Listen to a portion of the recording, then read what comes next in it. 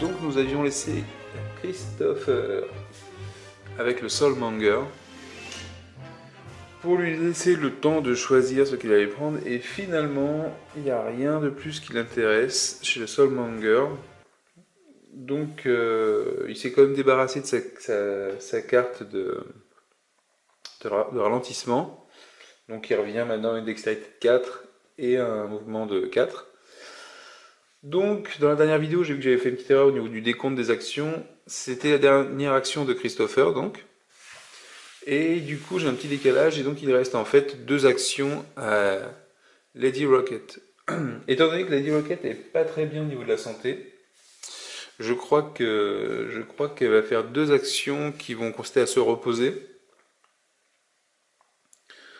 ce qui va lui permettre de récupérer le courage en a suffisamment, donc elle va récupérer deux fois 2 points de vie, 4 points de vie en tout, et elle va revenir à 9, ce qui est pas mal du tout.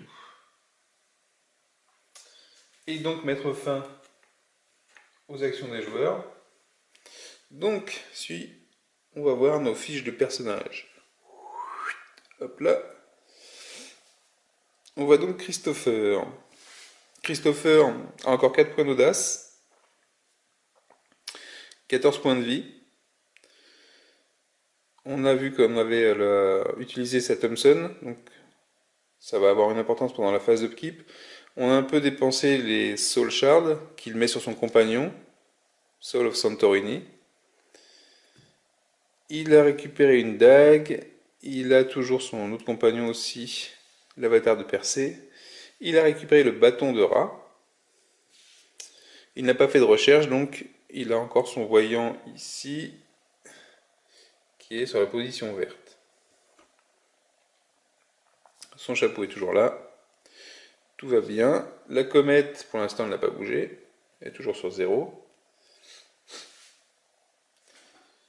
Et nous avons Lady Rocket, ici, qui a donc la malédiction de la tombe, qui n'a plus d'audace, qui est quand même revenu à 9 points de vie, et qui a quand même récupéré... donc le Rocket Launcher, je le rappelle, c'est un équipement, donc c'est pas une arme, on peut pas s'en servir en combat. Ça veut dire quoi? Ça veut dire que si jamais je n'avais pas... Donc là j'ai récupéré un 38. C'est toujours utile un 38 dans les tombeaux, surtout ceux-là.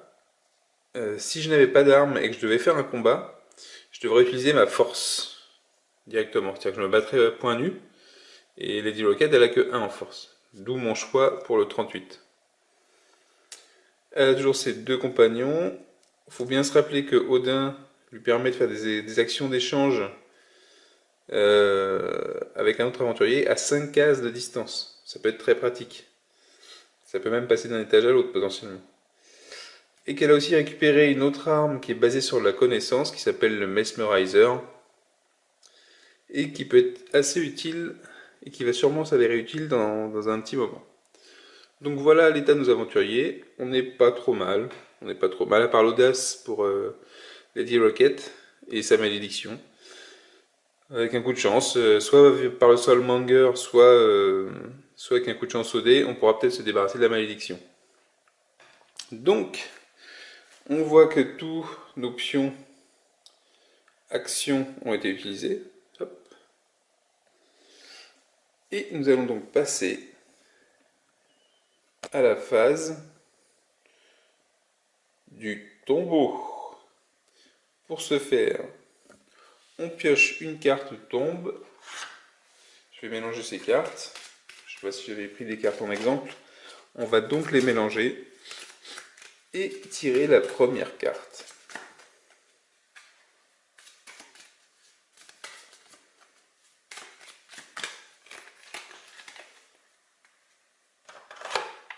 On tire la première, c'est une carte verte, donc ça devrait être une carte plutôt facile.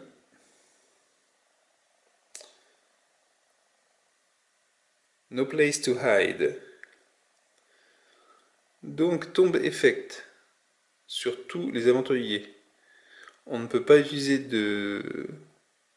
d'armes de type mythos qui se repose sur le mythe pendant cette phase de tombe. Ça veut dire que si jamais il y a des attaques de créatures sur nous pendant cette phase, on ne pourra pas utiliser d'armes se basant sur le mythe. Alors je ne sais pas si on en a.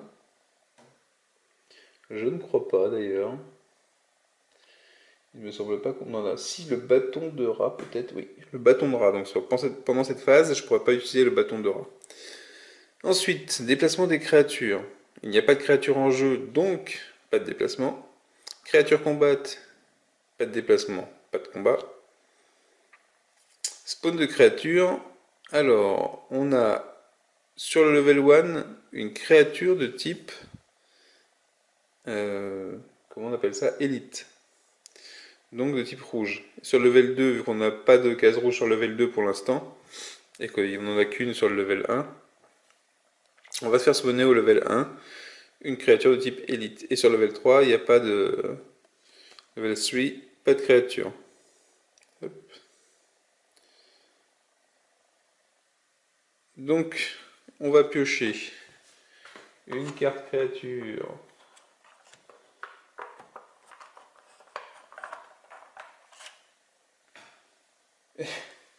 Et c'est un, comme dans l'exemple, un doppelganger.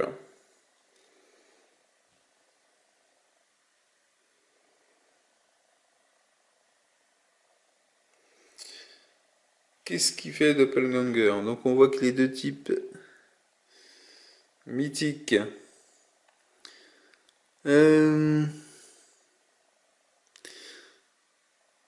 Donc il a des caractéristiques qui vont être basées sur le nombre d'aventuriers. Par exemple, donc le mouvement non. Par contre il se déplace relativement rapidement de 4 tuiles quand il fait son déplacement. Donc ce sera pour la prochaine phase de tombe. En termes de perte de courage, donc il y a un X et on dit que le X c'est donc l'aventurier qui va combattre.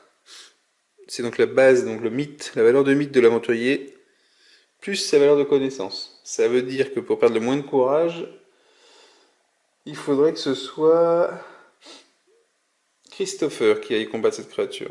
C'est lui qui perdra le moins en termes de courage. Ensuite, en Y, donc sa force d'attaque, c'est assez important aussi.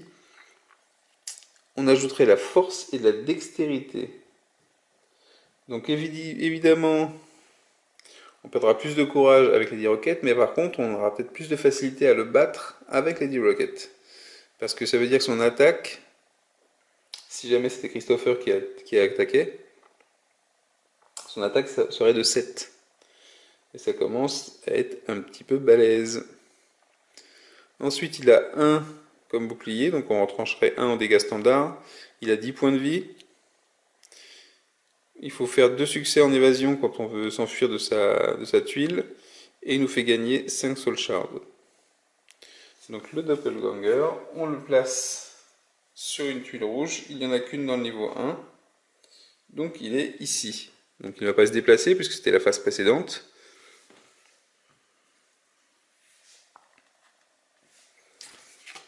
Et enfin, donc sur la suite de la carte,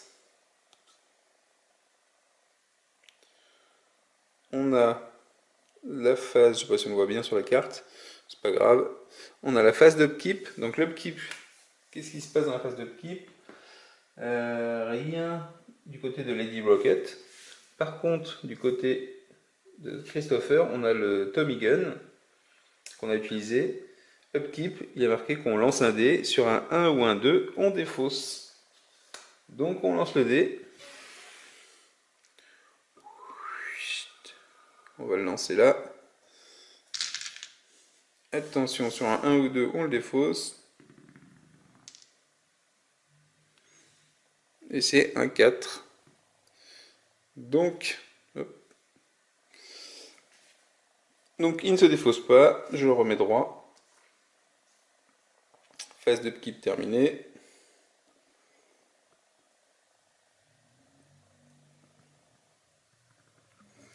Et ensuite, search 1. Donc ça veut dire qu'on déplace. Hop, je vous fasse voir. Ici, Christopher, il était sur le vert, il passe sur le jaune. Par contre, Lady Rocket, qui a fait déjà une recherche, elle était sur le jaune, elle passe donc sur le rouge. Donc, ce qui signifie qu'au prochain la prochaine phase d'action des héros. Si Lady Rocket fait une recherche, on regardera dans la colonne rouge de la recherche.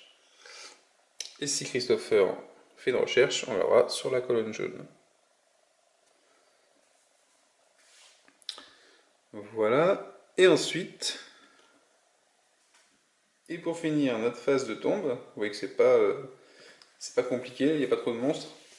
Notre phase de tombe, on va déplacer la roquette de 1.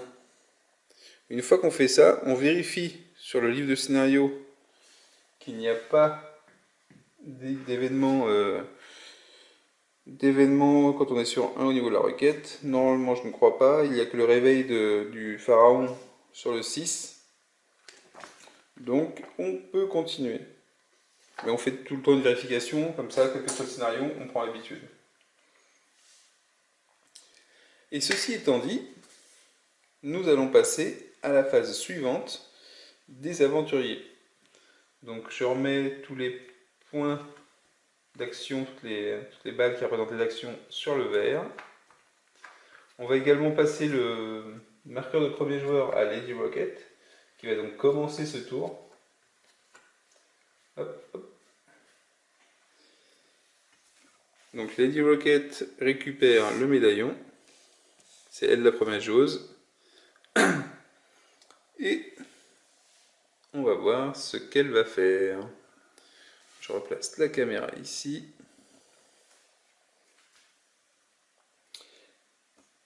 Et donc on entame le deuxième tour de jeu. Donc nos aventuriers décident de partir explorer le niveau 2. Ils vont donc emprunter l'escalier de Quetzalcoatl pour se rendre dans le hall du pharaon qui se trouve au niveau 2. Donc ici sur la tuile, il y a marqué Adjacent to Pharaoh's Hall, ça veut dire que avec un point de mouvement, je pourrais passer de cette tuile à la première tuile du niveau 2, que je vais me placer sur la table après. Sachant que pour arriver au niveau 3, il va falloir que je trouve une corde ou un moyen d'atteindre la tuile du niveau 3. Une tuile de niveau 3, que ce soit un escalier ou autre. Mais si je ne le trouve pas, je n'aurai pas de moyen d'y aller. Donc c'est pas automatique, il va falloir chercher dans les différents endroits du tombeau. Donc, puisque c'est Lady Rocket qui commence, elle a 4 en mouvement, 1, 2, 3, 4. Donc sa première action à Lady Rocket,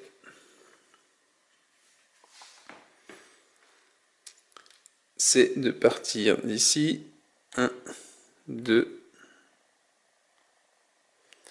3. Et le dernier point de mouvement nous fait arriver sur la tuile du hall du pharaon, qui est celle-là. Donc ce que je vais faire, c'est que je vais déplacer.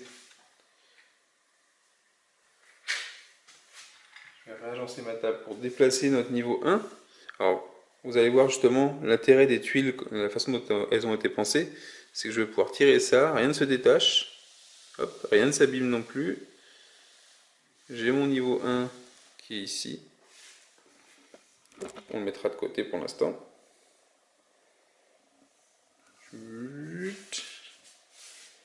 On l'a même ici.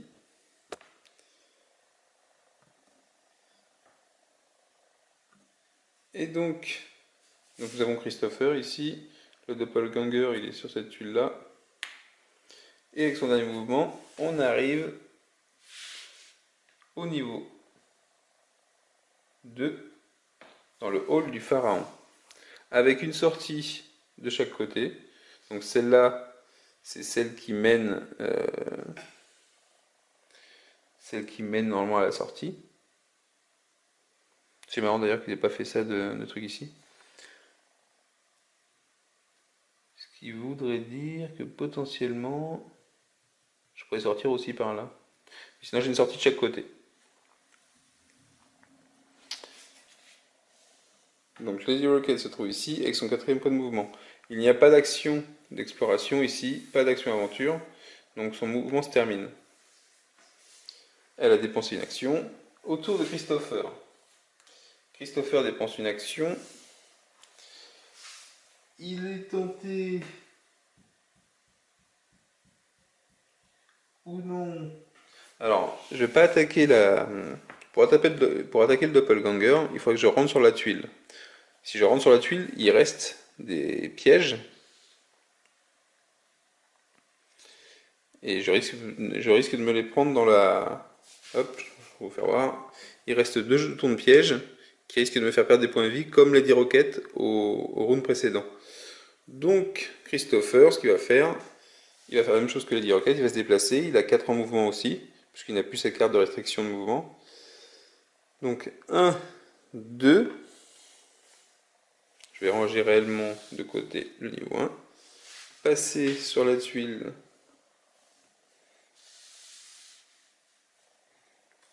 On va mettre celle-là comme étant la première.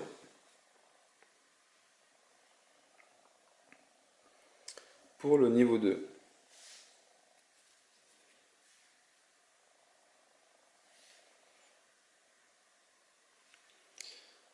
Et donc il lui reste 2 points de mouvement, donc il va explorer, on va dire, sur le côté ici. On pioche une tuile, donc on se rappelle, quand on pioche les tuiles, il faut que ce soit des tuiles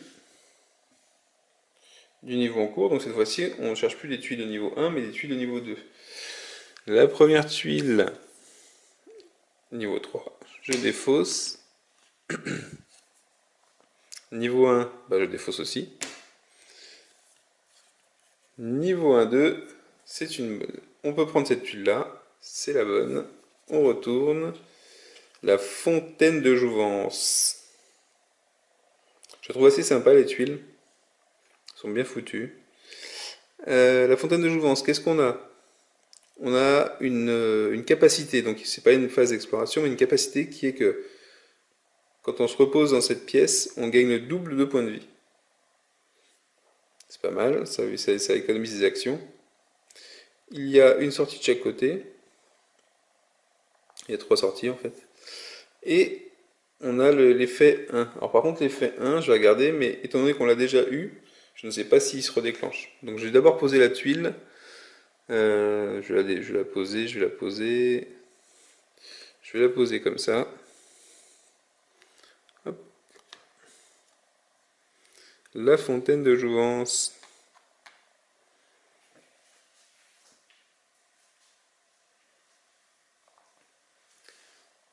Alors, au niveau du scénario, non, il n'y a pas de nouveaux effets. Quoique,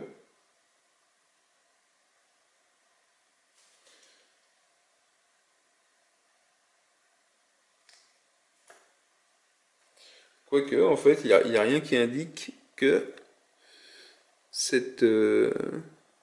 déclenchement de la malédiction du tombeau ne puisse se faire plusieurs fois. Donc ce qui veut dire que je retombe sur une malédiction de la momie, mais cette fois-ci pour Christopher.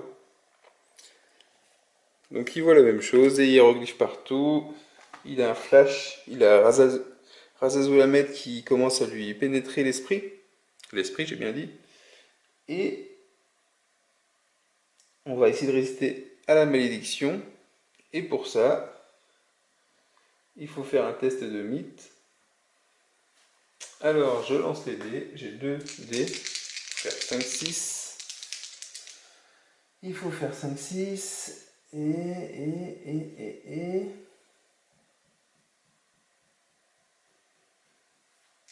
Et il faut faire 5, 6. Et c'est formidable, un 6 et un 5. Donc Christopher résiste parfaitement à la malédiction de la momie, même pas mal. Donc ça c'est fait. Il termine donc son mouvement ici. C'est donc à Lady Rocket de faire sa deuxième action.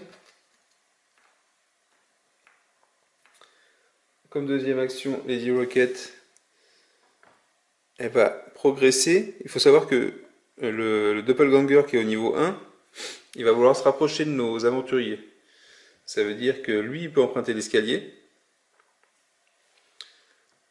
Et il va bouger de 4. Donc 1, 2, 3, 4. Il peut atteindre les 2 aventuriers pour l'instant. Donc on va s'enfoncer profondément dans le tombeau pour que le déplacement ne nous impacte pas trop. Ça suffira à ce qu'il sorte du lieu qui est piégé pour pouvoir le combattre sur un lieu non piégé. Donc Lady Rocket, elle va investiguer en allant par ici. Une tuile qui est valable pour les niveaux 1, 2 et 3, donc on la prend. Et c'est un portail, The Arc Portal. Alors sur ce Arc Portal, on a quoi? Contre une action dépensée... Ah, c'est un téléporteur. En utilisant une action, on peut se rendre n'importe où dans la tombe. Sur n'importe quelle salle explorée. Donc, super utile.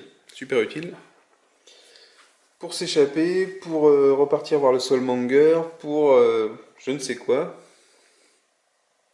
Pour revenir par exemple sur la pièce qui nous donne cette régénération, on va aller juste à côté, hein, alors c'est peut-être pas utile, mais c'est toujours ça le prix. Par contre, c'est une dead end, ça veut dire que je vais pouvoir explorer dans ce sens-là, et que ça m'arrange moins. Je vais le mettre comme ça. Hop. C'est la seule sortie de la pièce, donc en fait c'est un cul-de-sac, notre téléporteur.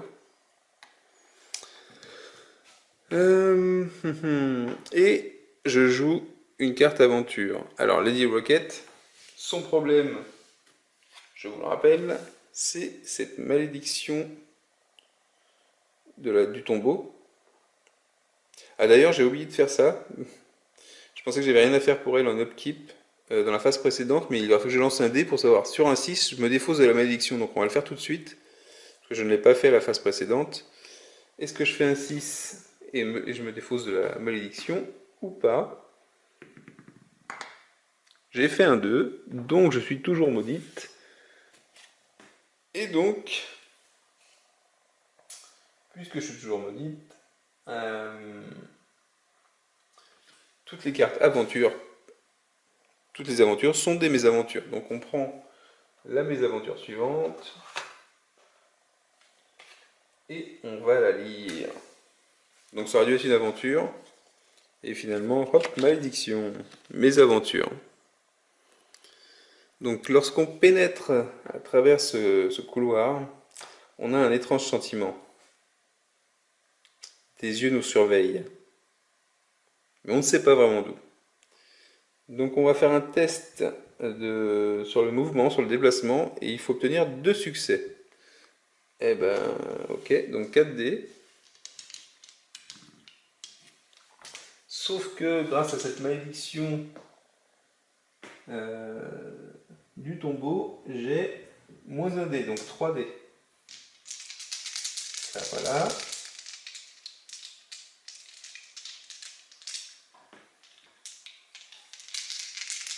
Et je lance mes 3D pour faire 2 succès. Nous avons donc un 6 et un 6 et un 2. 2 succès. Formidable, on a réussi. On va regarder la section de la carte. Donc, la carte Mes Aventures ici. On réussit, donc c'est cette première partie qu'on voit. Là, un sniper. Carrément un sniper, on voit un sniper. Donc au moment où on l'aperçoit, il nous tire dessus. On se baisse, mais la balle ricoche de derrière et nous touche le bras. Avouez que c'est pas de chance. On se déplace en avant, on pousse sur la colonne et ça lui tombe sur la tête et ça lui fracasse le crâne. Ça lui ouvre le crâne. Donc on perd 2 points de vie. Donc vous voyez la finalité de l'action, c'est-à-dire que c'est une mésaventure. En réussissant le test, je ne perds que 2 points de vie. Je ne regarde pas ce qui serait passé si j'avais raté. Je me garde la surprise pour une prochaine fois. Et ça veut dire que Lady Rocket, tant qu'elle va avoir ce genre de mésaventure, ça va pas être facile pour elle. Donc 2 points de vie.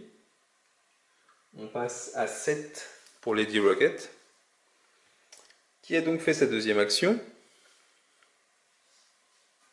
qui se trouve donc sur le portail. Christopher, il est ici. Et c'est donc au tour de Christopher qui fait sa deuxième action, qui va explorer ici. Le but, comme toujours, c'est de pouvoir s'éloigner du doppelganger qui risque d'arriver dans la phase de tombe.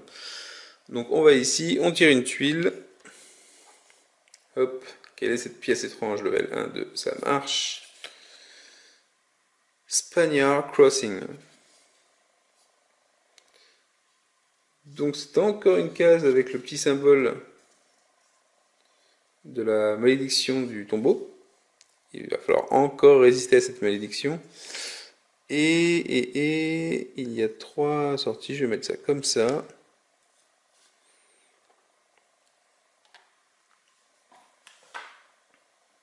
Ça veut dire que les Deer Rocket, on ne pourra pas de plus maudite qu'elle naisse, ça sera intéressant qu'elle y aille directement. En attendant, il faut que je lance donc 2 dés.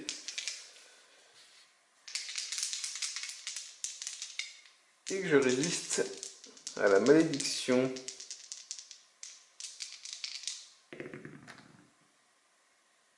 Alors là, j'ai fait un 1 et un 3.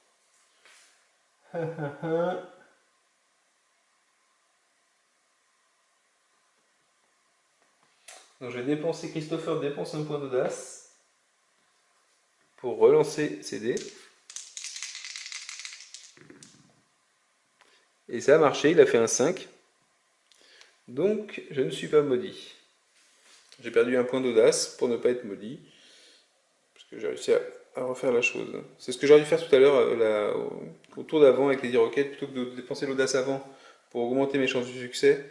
Un reroll quand ça ne marche pas, c'était plus pratique quand on a peu de dés. C'est fait. Donc ça c'était la deuxième action de Christopher. On va passer à la troisième action de Lady Rocket. Il n'y a rien d'autre sur la tuile. Hein. Pas d'exploration, rien. La troisième action de Lady Rocket.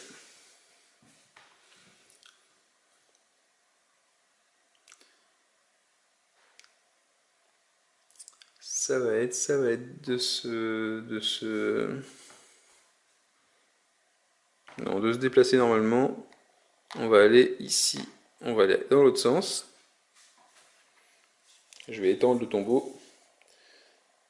C'est Pharaoh's Way. Alors, donc là c'est une tuile intéressante. Enfin, j'imagine. Alors, je peux voir ici, d'après le symbole, que c'est une tuile d'une extension. La première extension qui est sortie, je crois. Qu'est-ce qu'on a d'autre? Il y a un truc d'exploration. Donc ça veut dire qu'il y a marqué qu'on ajoute une tuile qui s'appelle Babir.